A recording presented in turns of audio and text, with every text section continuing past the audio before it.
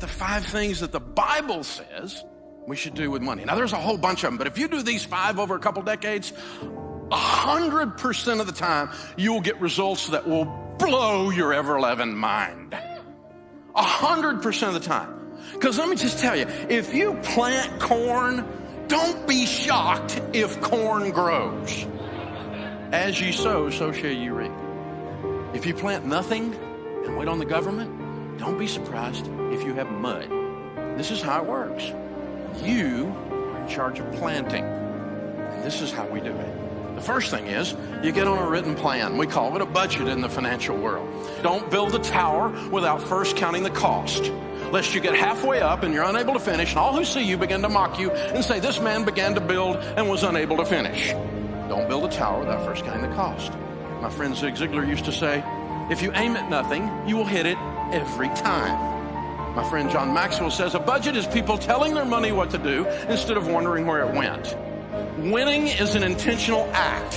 When the Super Bowl is over and the little reporter runs over and says, how did you win? The guy never goes, I don't know. I just got off the bus and this thing happened.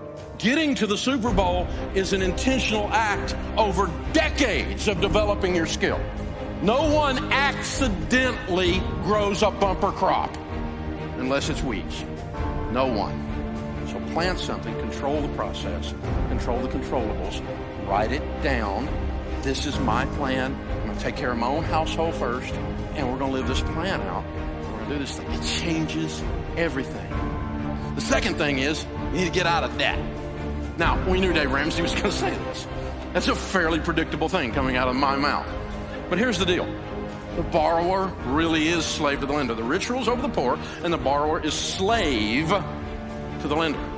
I've experienced that. I lost everything because I let other people have control over my life. You know what that's called? A master. Well, Dave, I don't know if I agree with all your theories about debt. It's America. You have the right to be wrong. My old pastor used to say, a man with an experience is not at the mercy of a man with an opinion. I've led more people out of debt and into wealth than anybody breathing on the planet today. And I'm not bragging. I just showed them how to do it. And so we're going to get out of debt. Because it's no fun trying to be married like this, right? This is crazy, you guys. We're walking through our lives where all the money comes in, all the money goes out, and only the names are changed to protect the innocent. We make tons of money and we have none, and we can't figure out why. I know why. You gave it all to a financial system that's designed to take it from you. You surrendered it. We've got to stop. So I quit borrowing money. Period. For anything, for any reason.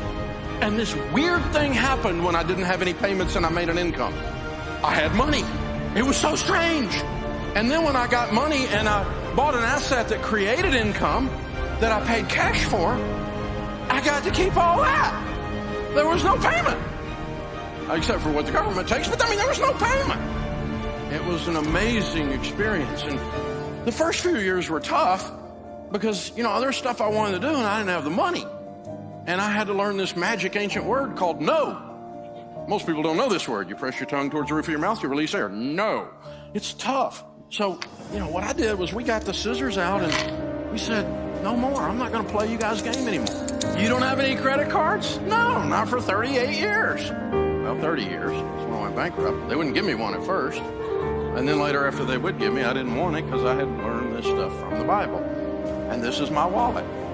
Green president's faces, 4 pieces of plastic, my debit card on my business, my debit card for my home, my driver's license, and my handgun carry permit. A guy called me on the radio and he's like, you're going to kill me. My truck payment. I said, how much is your truck payment? $763. You have a $700 truck payment? Yeah. I said, how much is your house payment? I live in a double wide, $550. I said, dude, if your truck payment is bigger than your house payment, you might be a redneck. The borrower is slave to the lender. You got to sell that truck there. It owns you. You don't own it. It sounded good at the time, and you and I both know the reason you called me is you just wanted somebody else to say it out loud with you, who's also done stupid, because I know what stupid looks like. Son, that's stupid. That truck's got to go. You're saying I got to sell my truck? I said, what'd you just say? Of course I said you sell your truck. It owns you, man. This is crazy. Get you a truck that you can own instead of it owns you. This is just crazy. The third one surprises people, and that's foster high-quality relationships. The Bible says, be not deceived. Evil company corrupts good habits. Did you know you become who you hang around with? The studies say that your 10 closest friends over the next decade, your income will be within 10 to 15% of the average of your 10 closest friends. And some of you are going, I need some new friends. Well, maybe.